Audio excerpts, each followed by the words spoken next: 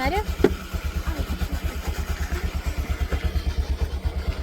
Hi hello welcome back to our channel. എന്തൊക്കെയാണ് വിശേഷം? എല്ലാവരും സുഖമായിട്ടിരിക്കുകയല്ലേ? അപ്പോൾ അതാ നമ്മുടെ പുതിയൊരു വീഡിയോയിലേക്ക് എല്ലാവർക്കും ഒരിക്കൽ കൂടി സ്വാഗതം. ഇന്നൊരു വ്ളോഗായിട്ടാട്ടോ വന്നിരിക്കുന്നത്. ഇന്നൊരു ഞായറാഴ്ചയാണ്. അപ്പോൾ ഇന്ന് ആർക്കും സ്കൂളിൽ പോകാനില്ല, ജോലിക്ക് പോകാനില്ല, എല്ലാവരും ഫ്രീ ആയിട്ടുള്ളൊരു ദിവസമാണ് കേട്ടോ. അപ്പോൾ ഒരുപാട് കാലമായിട്ട് പോകണം എന്ന് വിചാരിച്ച് മാറ്റി വെച്ചൊരു സ്ഥലത്തേക്കാട്ടോ ഇന്ന് നമ്മൾ പോകുന്നത്. എല്ലാവർക്കും ഈ ഒരു വീഡിയോ കാണുമ്പോൾ ഏകദേശം മനസ്സിലായിട്ടുണ്ടാവും. നമ്മൾ തമ്മിൽ കണ്ടപ്പോൾ എല്ലാവർക്കും മനസ്സിലായിട്ടുണ്ടാവും അല്ലേ? അതെ, നമ്മൾ സോഷ്യൽ മീഡിയയിലും യൂട്യൂബിലും എല്ലാ സോഷ്യൽ മീഡിയയിലും വൈറലായിട്ടുള്ള ഒരു അടിപൊളി അമ്പലത്തിലേക്കാട്ടോ ഇന്ന് പോകുന്നത്. മേൽപ്പഴനി ക്ഷേത്രം എല്ലാവർക്കും മനസ്സിലായിട്ടുണ്ടാവും അല്ലേ? നമ്മളെ വീട്ടിൽ നിന്ന് ഒരു 1/4 മണിക്കൂർ യാത്ര ഉണ്ട് കേട്ടോ. നമുക്ക് അതിൻ്റെ സ്ഥലം കറക്റ്റ് അറിയുന്നുണ്ടായിരുന്നില്ല, പക്ഷെ നമ്മൾ ചോദിച്ച് അവിടെ എത്തി കേട്ടോ. ഈ അമ്പലത്തിലേക്ക് നമുക്ക് സ്റ്റെപ്പ് കയറി പടികൾ കയറിയിട്ട് വേണമെങ്കിൽ പോവാം. അതേപോലെ നമുക്കിങ്ങനെ വാഹനത്തിലും പോവാം കേട്ടോ. നമ്മൾ എന്തായിട്ടും സ്കൂട്ടർ എടുത്തതിനെ കൊണ്ട് സ്കൂട്ടറിലാണ് നമ്മൾ പോകുന്നത് കേട്ടോ. അപ്പോൾ അതാ നമ്മൾ ഏകദേശം അമ്പലത്തിൻ്റെ അടുത്തെത്തി. ഇതാണ് അമ്പലത്തിൻ്റെ എൻട്രൻസ് എന്ന് പറയുന്നത്. ഇന്ന് ഞായറാഴ്ച അതിനെക്കൊണ്ട് അത്യാവശ്യം തിരക്ക് ഉണ്ടായിരുന്നു കേട്ടോ. നമ്മൾ എന്തായിട്ടും ഉള്ളോട്ടേക്ക് കിടക്കുകയാണ്.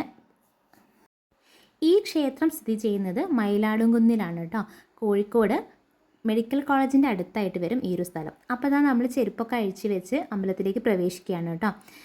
തമിഴ് ശൈലിയിലാണ് ഈ ഒരു ക്ഷേത്രം പണി തീർത്തത്. ശരിക്കും പറഞ്ഞാൽ നമ്മുടെ പഴനി അമ്പലമില്ലേ, ആ പഴനി അമ്പലം പോലെ തന്നെയുള്ളൊരു അമ്പലം കേട്ടോ ഇത്. നല്ല ഭംഗിയാണ് കാണാൻ വേണ്ടിയിട്ട്. ഒരുപാട് ആൾക്കാർ ഒരുപാട് സ്ഥലത്തു നിന്ന് വരുന്നുണ്ട് ഇവിടെ. ശ്രീ മുരുകനാണ് കേട്ടോ ഇവിടുത്തെ പ്രധാന പ്രതിഷ്ഠ.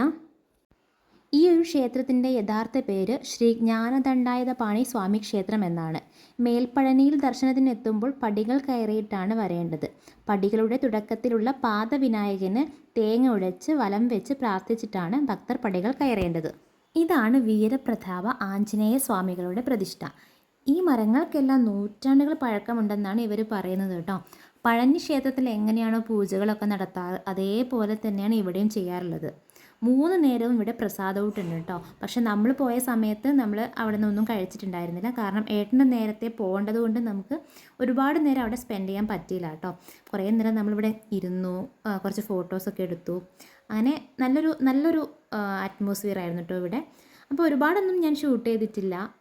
ശരിക്കും പറഞ്ഞാൽ കോഴിക്കോടുള്ള ഒട്ടുമിക്ക ആൾക്കാർക്കും ഈ ഒരു ക്ഷേത്രത്തിനെ കുറിച്ച് വലിയ അറിവൊന്നുമില്ല കേട്ടോ. ശരിക്കും പറഞ്ഞാൽ നമ്മൾ എന്തായാലും വരേണ്ട ഒരു അമ്പലം തന്നെയാണിത്.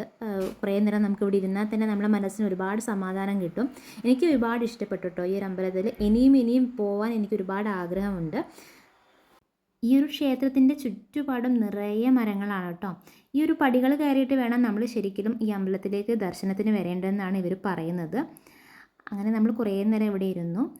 ശരിക്കും പറഞ്ഞാൽ നല്ലൊരു അറ്റ്മോസ്ഫിയർ ആണ് ഇവിടെ. എനിക്ക് ഭയങ്കരമായിട്ട് ഇഷ്ടപ്പെട്ടു. ഒരുപാട് ആൾക്കാർ വരുന്നുണ്ട് കേട്ടോ ദർശനത്തിന് വേണ്ടിയിട്ട്. നിങ്ങൾ ആരും ഇതുവരെ ഈ ഒരു ക്ഷേത്രം കണ്ടിട്ടില്ലെങ്കിൽ എന്തായിട്ടും വരണം. അതേപോലെ സന്ധ്യാനേരത്ത് ഈ ഒരു ക്ഷേത്രത്തിൽ വന്നാൽ കുറച്ചുകൂടി മനോഹരമാണെന്നാണ് ഇവർ പറയുന്നത്. ഈ വെളിച്ചം ലൈറ്റും കാര്യങ്ങളൊക്കെ വെച്ച് കാണുമ്പോൾ നല്ല ഭംഗിയാട്ടോ കാണാൻ വേണ്ടിയിട്ട്. ഞാനും ചാരുട്ടിയും കുറേ അതിൽ നടന്നു. ശരിക്കും ഈ കൊത്തുപണികളൊക്കെ കാണാൻ നല്ല ഭംഗിയുണ്ട് കേട്ടോ. നമ്മുടെ പഴനി ക്ഷേത്രം തന്നെ, പഴനി പോയൊരു ഫീൽ തന്നെയാണ് കേട്ടോ നമുക്ക് ഇവിടെ വരുമ്പോൾ. അങ്ങനെ കുറേ നേരം നമ്മൾ അങ്ങോട്ടേക്കും ഇങ്ങോട്ടേക്കും നടന്ന് കാഴ്ചകളൊക്കെ കണ്ടു കേട്ടോ. ഇതാണ് ഇവിടെ വഴിപാട് കഴിപ്പിക്കുന്ന സ്ഥലം. ഞങ്ങളിവിടുന്ന് വഴിപാടൊന്നും കഴിപ്പിച്ചിട്ടില്ല, ഒരു ഉണ്ണിയപ്പം വാങ്ങിച്ചു കേട്ടോ. നല്ല ടേസ്റ്റ് ഉണ്ടായിരുന്നു. ഞാൻ ഇവിടെ വന്ന് കഴിച്ചപ്പോൾ എനിക്ക് ഭയങ്കരമായിട്ട് ഇഷ്ടപ്പെട്ടു. ഒരു പാക്കും കൂടി വാങ്ങാമെന്ന് തോന്നി കേട്ടോ. അങ്ങനെ നമ്മൾ ചാരുട്ടിക്ക് വിശക്കുന്നു പറഞ്ഞപ്പോൾ നമ്മൾ അവിടെ അടുത്തുള്ളൊരു അതേ അമ്പലത്തിൻ്റെ അടുത്ത് തന്നെയായിട്ടുള്ളൊരു ക്യാൻറ്റീൻ ഉണ്ടായിരുന്നു. അവിടുന്ന് അവൾക്ക് വട മതി എന്നിട്ട് വട വാങ്ങിച്ചു. പിന്നെ അവൾ വട കഴിച്ചില്ല. ദോശ ഓർഡർ ചെയ്തു. അപ്പോൾ ഞാനും ചാരുട്ടിയും ദോശയും സാമ്പാറും ചമ്മന്തിയും കൂടി കഴിച്ചു.